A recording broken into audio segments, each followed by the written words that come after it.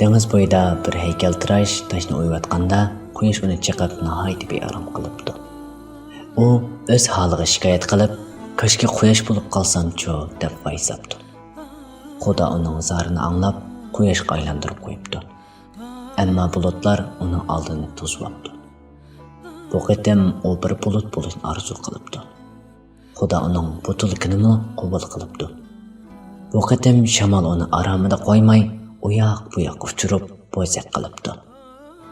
U o'z holiga yana zarlanib, Xudoga iltijo qilib, bir shamol bo'lishni tilabdi.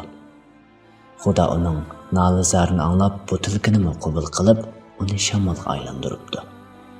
U hammani bo'zaq qilib, uchirib o'ynabdi.